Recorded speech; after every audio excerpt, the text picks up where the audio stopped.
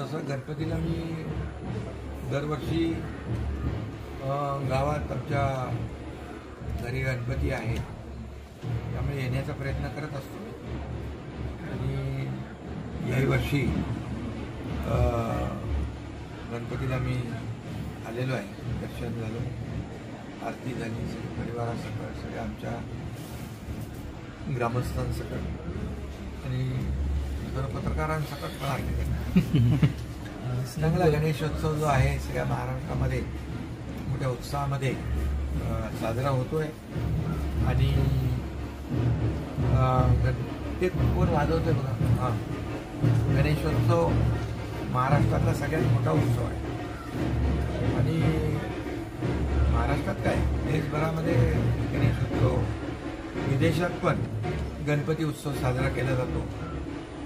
जिथं जिथं गणेश भक्त आहे तिथं तिथं गणपती उत्सव साजरा करतात. त्यामुळे एक वेगळं वातावरण संपूर्ण गणेश चतुर्थी ते अनंत चतुर्थीपर्यंत संपूर्ण महाराष्ट्रामध्ये आपण पाहतो आणि त्याप्रमाणे मी गावी आलो आहे आणि गणेशाचं दर्शन घेतलंय. सगळे भेटले, समाधान, आनंद. मनोज जरांगेंचं आंदोलन सुरू आहे, आजचा 3रा दिवस आहे आंदोलनाचा. त्यांनी सांगितलंय की जर मागण्या मान्य झाल्या नाही तर उद्यापासून पाण्याचा सुद्धा त्याग ते करतील आणि खूप कडक आंदोलन, उपोषण असं सुरू होईल. खरं म्हणजे मनोज जरांगे पाटील मागच्या वेळेस देखील त्यांनी मराठा समाजासाठी जे आंदोलन केलं होतं हे सर्वश्रुत आहे आणि त्यावेळेस मी मुख्यमंत्री होतो आणि त्यावेळेस देखील आम्ही एक सामाजिक बांधिलकी जपण्याचा किंबहुना त्यांच्या आंदोलनाच्या माध्यमातून ज्या काही त्यांच्या मागण्या होत्या त्यामध्ये मला आठवतं आहे की 10% आरक्षण आमच्या सरकारने दिलं. मी, देवेंद्रजी, अजितदादा आणि आमचं मंत्रिमंडळ त्यांनी ठरवलं आणि अतिशय एका महिन्यामध्ये एक मागासवर्ग आयोग स्थापन करून, सुक्रे आयोग साहेब, जस्टिस सुक्रे साहेबांचा आयोग स्थापन करून मला वाटतं आतापर्यंतच्या इतिहासामध्ये सगळ्यात मोठा सर्वे 2,58,00,000 हाऊसहोल्डचा सर्वे केला. जवळपास 4-4.5 लाख लोक काम करत होते. प्रत्येक जिल्हाधिकारी कार्यालयामध्ये विशेष सेल बनवला होता, विशेष विभाग बनवला होता आणि तिथून सर्व जो काही इम्पिरिकल डेटा जो आहे तो गोळा केला आणि मराठा समाज मागास कसा आहे हे आयोगाने सिद्ध केलं. आणि कारण मला आठवतं आहे की जेव्हा देवेंद्र फडणवीसजी मुख्यमंत्री होते त्यांच्या मंत्रिमंडळात देखील मी होतो आणि त्यावेळेस 16% आरक्षण दिलं. मग 13 आणि 12% कोर्टाने ते निश्चित केलं आणि हायकोर्टाने ते ग्राह्य धरलं. हायकोर्टामध्ये आम्ही टिकवलं, परंतु दुर्दैवाने सुप्रीम कोर्टामध्ये महाविकास आघाडीचं सरकार असताना त्यावेळेस जे काही पुरावे सुप्रीम कोर्टात द्यायला पाहिजे होते, एनेक्स्चर असेल, त्याचबरोबर आयोगाचा अहवाल असेल, त्याचबरोबर अनेक जे हजारो कागदपत्र देणं जे सुप्रीम कोर्टाला जे काही पुरावे आवश्यक होते त्यामध्ये तत्कालीन महाविकास आघाडी सरकारला अपयश आलं आणि ते सुप्रीम कोर्टाने रद्दबातल केलं. परंतु आमचं महायुतीचं सरकार आल्यानंतर, मी मुख्यमंत्री झाल्यानंतर मी जाहीर छत्रपती शिवाजी महाराजांची शपथ घेतली आणि त्याप्रमाणे कायदेशीर आणि नियमामध्ये बसून कायद्याच्या चौकटीत टिकणारं आणि त्यासाठी आयोग नेमून त्याला टर्म्स ऑफ रेफरन्स दिला आणि काय काय आपल्याला कसं तो इम्पिरिकल डेटा आणि काय मुद्द्यावर गोळा करायचा. जसं मराठा समाज जो आहे मागास म्हणजे माथाडी आहेत, ऊसतोड कर्मचारी आहेत, मोलकरणी घरकाम करणारे आमच्या भगिनी आहेत, डबेवाले आहेत, त्याचबरोबर शेतकऱ्यांच्या ज्या आत्महत्या झाल्या त्यात मोठ्या प्रमाणावर मराठा समाज आहे, हे सगळं त्याच्यामध्ये आलं. खूप मोठ्या प्रमाणावर सर्वे झाला आणि आयोगाने या ठिकाणी सिद्ध केलं. कारण त्यावेळेस देखील सुप्रीम कोर्टाने म्हटलं होतं, पहिलं तर ही मराठा समाज मागास आहे, सोशली आणि एज्युकेशनली बॅकवर्ड आहे, बॅकवर्डनेस सिद्ध करा. ते करू शकले नव्हते म्हणून ते सुप्रीम कोर्टाने रद्दबातल केलं. आणि म्हणून आयोगाच्या माध्यमातून आम्ही रीतसर कायदेशीर या सगळ्या प्रक्रिया पूर्ण केल्या आणि 10% आरक्षण दिलं. 10% आरक्षण जे दिलेलं आहे ते आजही लागू आहे. शैक्षणिक आणि नोकऱ्यांसाठी ते लागू आहे. त्याचा लाभ मराठा समाज घेतोय.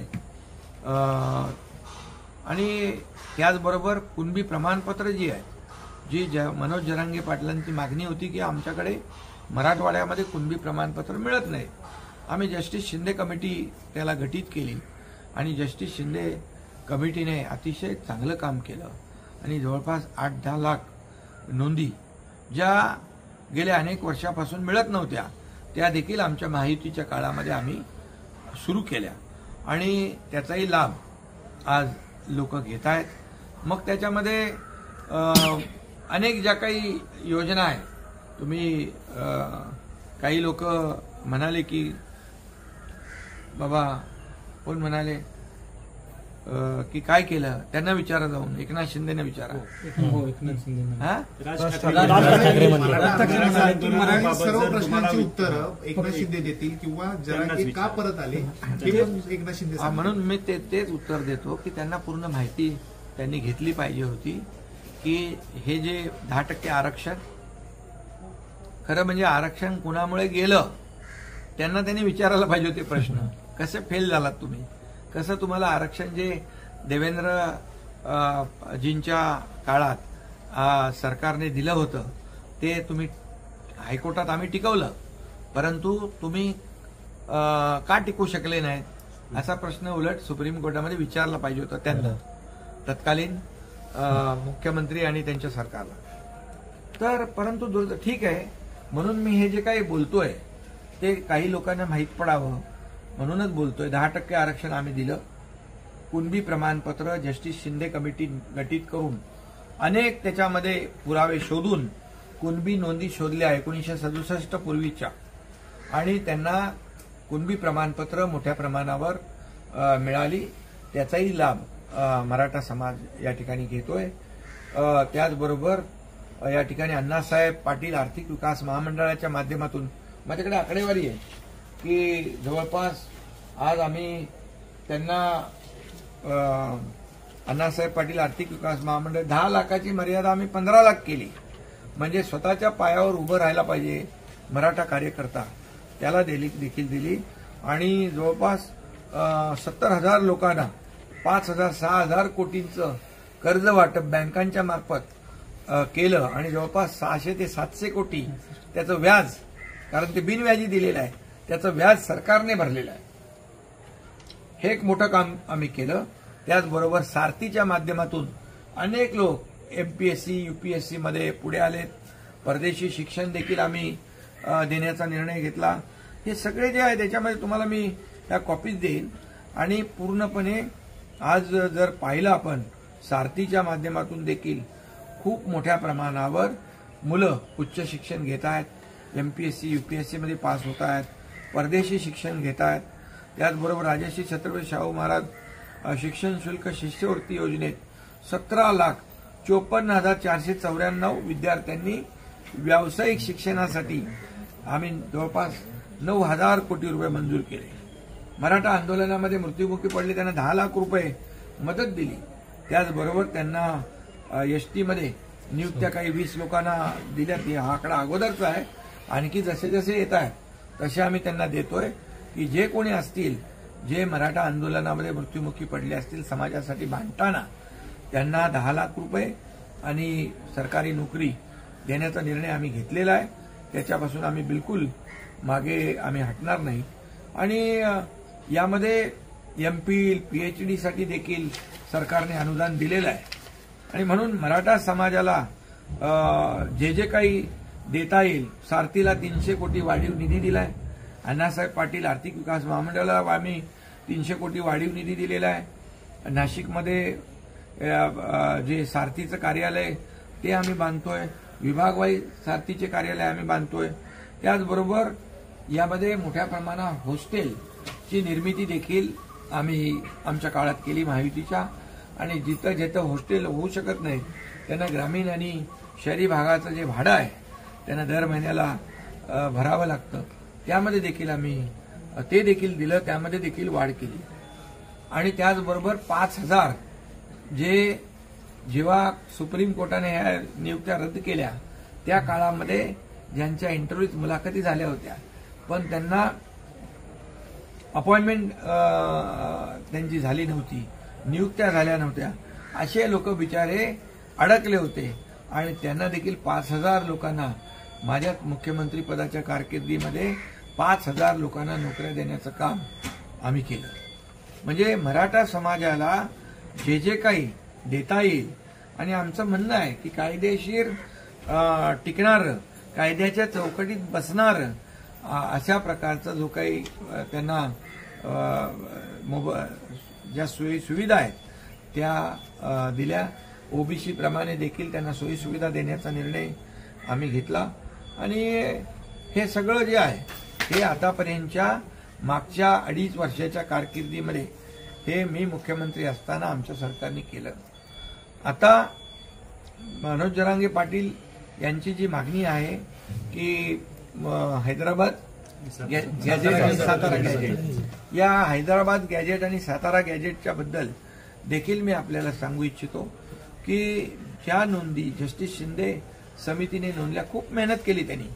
आणि खऱ्या अर्थाने जस्टिस शिंदे कमिटीच्या बद्दल मराठा समाजामध्ये देखील समाधान आहे, कारण त्यांनी प्रामाणिकपणे काम केलं. आता एक सगळे सोयरे आणि हे हैदराबाद गॅझेट, आता जे आम्ही काही लोक म्हणतात वाशीला एकनाथ शिंदे गेले, त्यांना पुन्हा परत पाठवलं, पुन्हा ते माघारी आले. तर तो जो काही आम्ही त्यावेळेस हे जो यामध्ये देखील जी अधिसूचना काढली होती, ही अधिसूचनेचा हा ड्राफ्ट, अधिसूचनाचा ड्राफ्ट देखील मनोज जरांगे पाटील यांनी पाहिला होता आणि त्याच्यामध्ये काही बदल सुचवले होते. त्याप्रमाणे आम्ही तो काढला त्यावेळेस. आणि त्यांनी वाशीवरून ते पुन्हा परत गेले. त्यांना धन्यवाद आम्ही त्यावेळेस दिले. आजही त्यांना आम्ही धन्यवाद देतो की त्यावेळेस ते परत गेले. आणि यामध्ये यावर देखील 6 ते 8 लाख सजेशन ऑब्जेक्शन आलेले आहेत.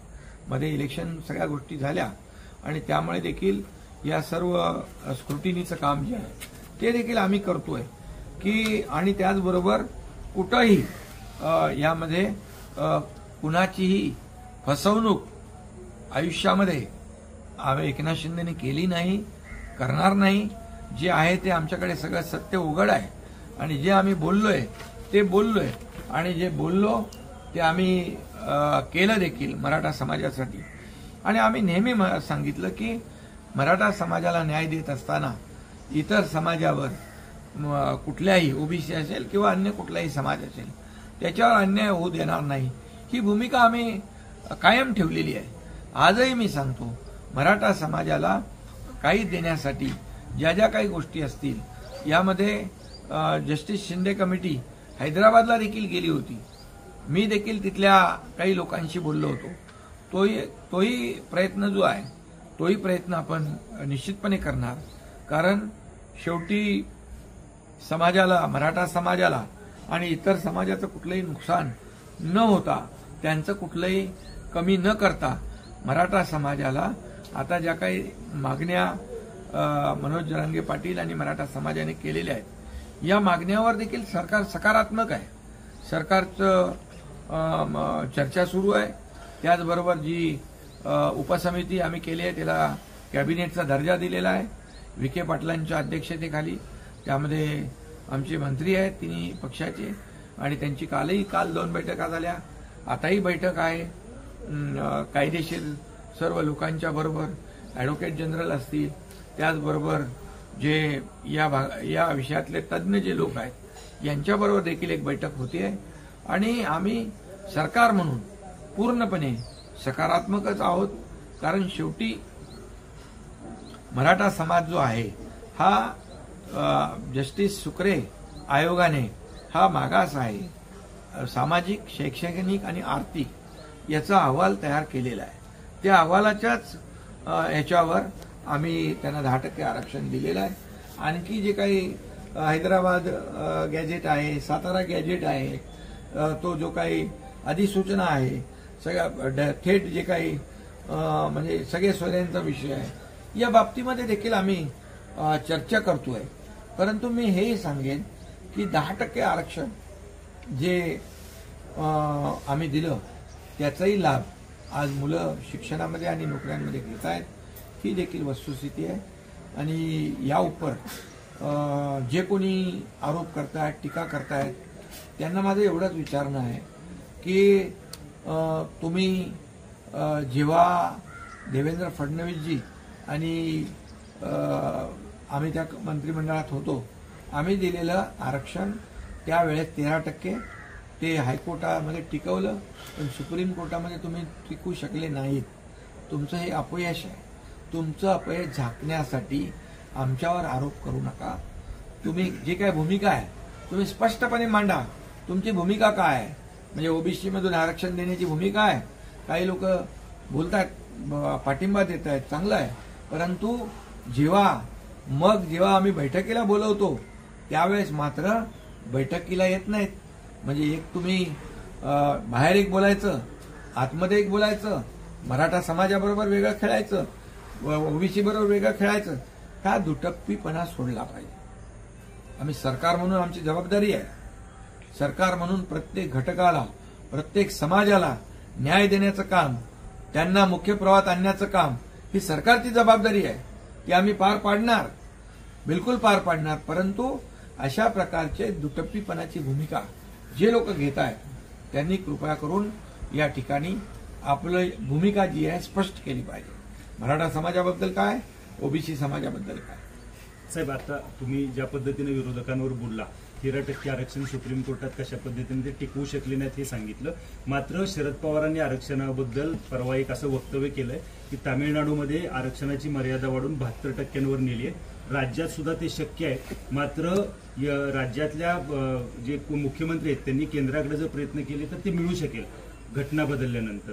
काय आपलं याच्यावर? शरद पवार साहेब खूप सिनियर लीडर आहेत. ते परिपक्व नेते आहेत. त्यांनी मुख्यमंत्रीपद भोगलेलं आहे. त्यांनी केंद्रामध्ये देखील केंद्रीय मंत्री म्हणून काम केलेलं आहे. मग इतक्या वर्षामध्ये त्यांनी हा विचार का नाही केला, हा माझा सवाल आहे. त्यांनी हा विचार करून तो निर्णय घ्यायला पाहिजे होता. यापूर्वी देखील सरकार कोणाची होती, काँग्रेसची होती, आपल्याला माहित आहे. इकडेही होते, तिकडेही होते. मग आम्ही जे देतोय, आम्ही जे दिलेलं आहे त्याच्यावर आरोप करणं, टीका करणं किंवा कुणाच्या तरी कोर्टामध्ये चेंडू टाकणं हे मला वाटतं योग्य होणार नाही. कारण त्यांच्याकडे पण देखील इतक्या वर्षाची राजनैतिक अनुभव आहे. आणि म्हणून माझं एवढंच म्हणणं आहे, जे काय करायचं ते या मराठा समाजाच्या किंबहुना इतर कुठल्याही समाजाच्या बाबतीमध्ये सत्ताधारी पक्ष आणि विरोधी पक्ष यांनी मिळून निर्णय घेतला पाहिजे. मिळून निर्णय घेतला पाहिजे, समाजाला न्याय दिला पाहिजे. परंतु इकडे वेगळी भूमिका, तिकडे वेगळी भूमिका असं कृपया कोणी करता कामा नये. साहेब, छगन भुजबळांचं असं म्हणणं आहे की आतापर्यंत जे 10% आरक्षण दिलं आहे तेच आता कायम ठिकाणी इथून पुढे देण्याची गरज नाही, अशा पद्धतीनं ते विधान करतात. काय नाही, 10% आरक्षण तर दिलेलंच आहे ना. ते पुढे नको. ते 10% आरक्षण जे आहे ते कोर्टामध्ये आहे आणि ते टिकवण्याचं काम सरकार नक्की करेल. परंतु कायद्यामध्ये जे आपला कायदा आहे, या कायद्यामध्ये जे जुन्या कुणबी नोंदी ज्या आहेत, हा कायदा आहे. कायदा हा आपण नाही केला आहे. हा सर्व म्हणजे मराठा समाजाला, ओबीसी समाजाला, इतर सर्व समाजाला हा लागू आहे. ज्याच्या नोंदी जुन्या आहेत 1967च्या आणि दुसरा तो हा का रूल्स 2012.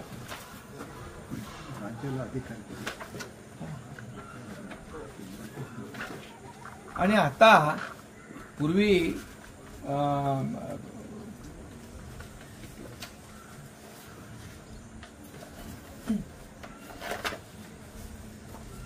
याच्यामध्ये बघा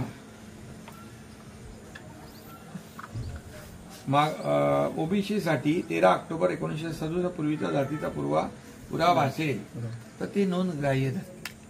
त्याचबरोबर अनुसूचित जातीसाठी 10 ऑगस्ट 1950 पूर्वीचा जातीचा पुरावा असणे म्हणजे नोंद असणे आणि विमुक्त जाती भटक्या जमाती 21 नोव्हेंबर 1961 हा कायदा आहे.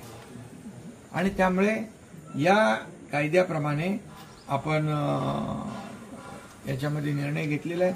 कायद्याच्या बाहेर, कायद्याच्या चौकटीच्या बाहेर जाऊन कुठलाही निर्णय घेतला नाही आपण. आणि म्हणून पूर्वी मला वाटतं 103व्या घटना दुरुस्तीप्रमाणे केंद्राकडे अधिकार होते, बरोबर ना. पण 105व्या घटना दुरुस्तीनंतर ते राज्याकडे अधिकार आलेले आहेत.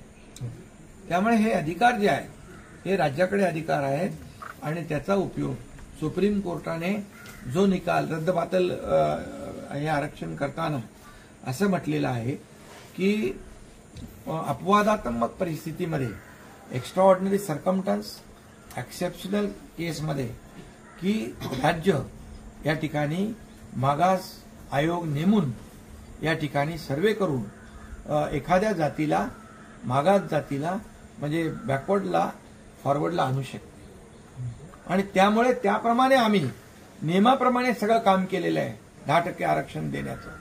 आणि त्यामुळे मला वाटतं आता यामध्ये जे काही करता येईल, आता जे त्यांचं हैदराबाद गॅजेट आणि सातारा गॅजेट आणि दुसरं जी काही मागणी आहे सगळे सोयऱ्यांच्या संदर्भातली, या बाबतीमध्ये आता बैठका सुरू आहेत आणि या बैठकांमधून जे काही कायदेशीर तोडगा जो आहे, शेवटी बघा जे काही निर्णय सरकार घेईल मुख्यमंत्री महोदयांशी आणि माझी देखील चर्चा या बाबतीमध्ये झालेली आहे.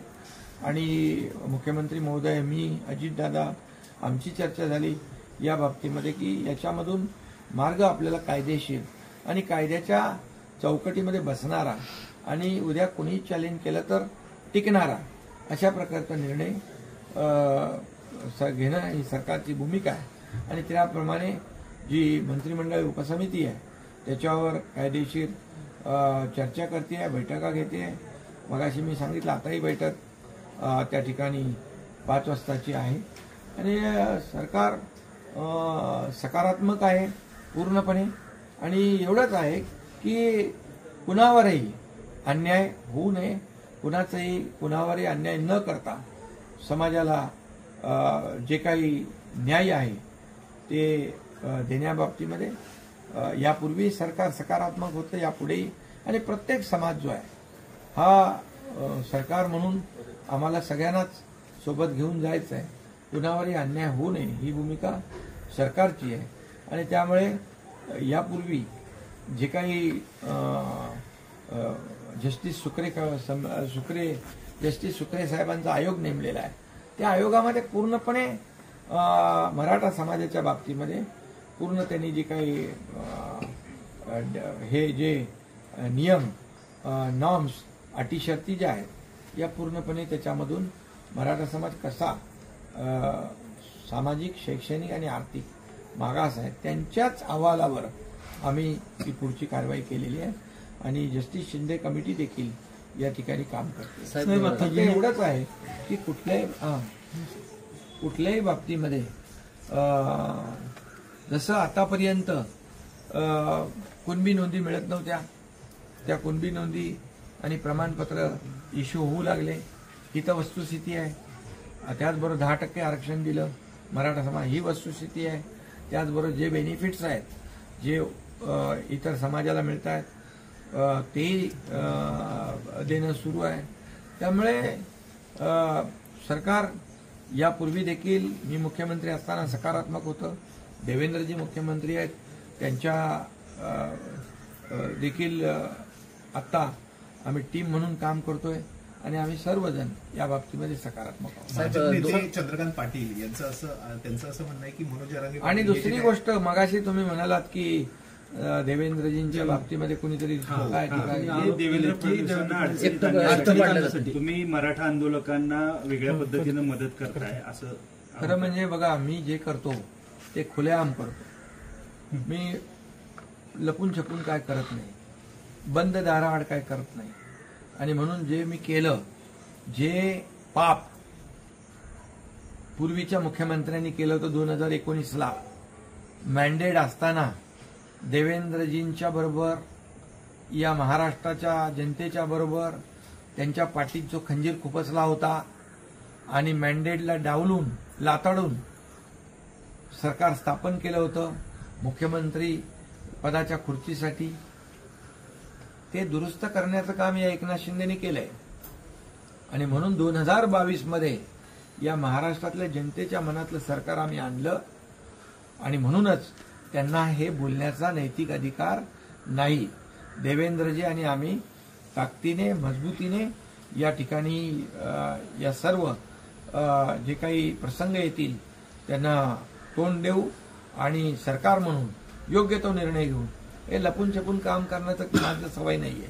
जे काय करायचं होतं मी अगदी उजेडात करतो. साहेब, मनोज जरांगेंना अमित शहा भेटायला गेले नाहीत अशी एक टीका होती की याबाबत तिथं त्या दिवशी येऊन सुद्धा तिथं भेट झाली नाही. तुमच्यासोबत चर्चा पण झाली, बैठक बाबा असं हे विरोधक जे आहेत, हे विरोधक अशा प्रकारचे संभ्रम पसरवून या ठिकाणी समाजामध्ये तेढ निर्माण करण्याचा प्रयत्न करतायत. अरे विषय काय आहे? आता जे काही विषय आहेत ते राज्य सरकारशी निगडीत आहेत आणि राज्य सरकार या ठिकाणी समर्थ आहे. त्यामुळे ते आले होते गणपती दर्शनाला आणि हे त्यांच्याशी तिकडे लिंक करणं, जोडणं, हे असं विरोधी पक्षाचं जे काही चाललेलं आहे. मी म्हणूनच मी मगाशी आपल्याला सांगितलं, जी भूमिका घ्या ती आत एक बाहेर एक अशी नको, जी आहे ती स्पष्ट आणि सडेतोड घ्या. आम्ही जी भूमिका घेतो स्पष्ट भूमिका घेतो, आम्ही लपून छपून काम करत नाही. कधीपर्यंत आंदोलन सुटेल अशा पद्धतीनं महायुती आता प्रयत्न करेल? या बाबतीमध्ये तर चर्चा सुरू आहे आणि कायदेशीर ज्या काही बाबी आहेत त्या तपासल्या जात आहेत. आणि शेवटी बघा, चर्चेतूनच मार्ग निघत असतो. मागच्या वेळेस पण चर्चेतून मार्ग निघाला आणि आम्हाला सरकारला अपेक्षा आहे की चर्चेतून शेवटी बघा प्रत्येकाने सहकार्य करण्याची आवश्यकता आहे. सरकार देखील सहकार्य करतंय. मनोज जरांगे पाटील यांनी देखील शेवटी ते समाजासाठी त्यांनी लढा उभारलाय, त्यांच्याकडून देखील सहकार्याची अपेक्षा आहे. साहेब, तुमची आणि अमित शहांची चर्चा झाल्यानंतर अमित शहांनी या आरक्षणाच्या मुद्द्यावर तुम्ही स्वतः लक्ष घालावं असं काही तुम्हाला सांगण्यात आलं का? अरे बाबा, ते आम्ही आहोत ना, आमची टीम आहे. देवेंद्रजी मुख्यमंत्री आहेत, मी उपमुख्यमंत्री, अजितदादा उपमुख्यमंत्री. आमची एवढी मोठी टीम मंत्र्यांची उपसमिती आहे, त्याला कॅबिनेट मंत्रिमंडळाचा दर्जा दिलेला आहे. मार्ग काढू ना. साहेब, मुख्यमंत्री असताना तुम्ही मराठा समाजाचे प्रश्न सोडवायला यशस्वी झाला होता, मात्र आता मुख्यमंत्री असताना देवेंद्र फडणवीस अयशस्वी होते असं वाटतं? असं तुम्हाला कोणी सांगितलं? कारण की आता मराठे दाखल झाले तिथं आरक्षणासाठी. असं आहे, याच्यामध्ये बघा, आता हे जे काही प्रश्न आहेत आता मांडलेले, या प्रश्नांना कायद्याची चौकट आणि कायदेशीर बाबी तपासून या सर्व निर्णय घेताना आपला हा निर्णय चॅलेंज होऊ नये, तो रद्दबातल होऊ नये, हे काम सरकारचं आहे. ही सरकारनी भूमिका, आमची भूमिका असं कुणालाही काही सांगायचं आणि वेळ मारून न्यायची असं नाहीये. जे आम्ही बोललो ते करत करत गेलोय, जे केलेलं आहे. आणि हे मराठा समाज असेल आणि महाराष्ट्राच्या समोर आहे. त्यामुळे जाती जातीमध्ये तेढ निर्माण करण्याचं जे कोणी काम करताय त्यांनी ते थांबवलं पाहिजे. साहेब, उद्धव ठाकरे आणि राज ठाकरे एकत्र आलेले आहेत, तर या मराठी मुद्द्यावरून एकत्र आलेले होते, तर येत्या महानगरपालिकेमध्ये त्याचा फायदा विषय नंतर बघू ना. काय फायदा नुकसानमध्ये आम्ही बघत नाही. आम्ही महायुती म्हणून जे काम केले 2.5 वर्ष आणि आता पुढचे जे 8-9 महिने झालेले आहेत, हे जनतेसाठी काम केलंय, मुंबईसाठी काम केलंय, महाराष्ट्रासाठी काम केलंय. त्यामुळे महायुतीच्या कामाच्याच जोरावर का आम्हाला मतदान झालं, एवढं लँडस्लाईड मॅन्डेट का मिळालं विधानसभेत, आम्ही काम केलं म्हणून फेक नरेटिव्ह पसरवून जिंकून नाही आलो आम्ही. त्यामुळे आम्ही जे काम केलंय महायुतीने, त्या महायुतीचाच या ठिकाणी कामाची पोचपावती येणाऱ्या स्थानिक स्वराज्य संस्थांमध्ये देखील जनता देईल.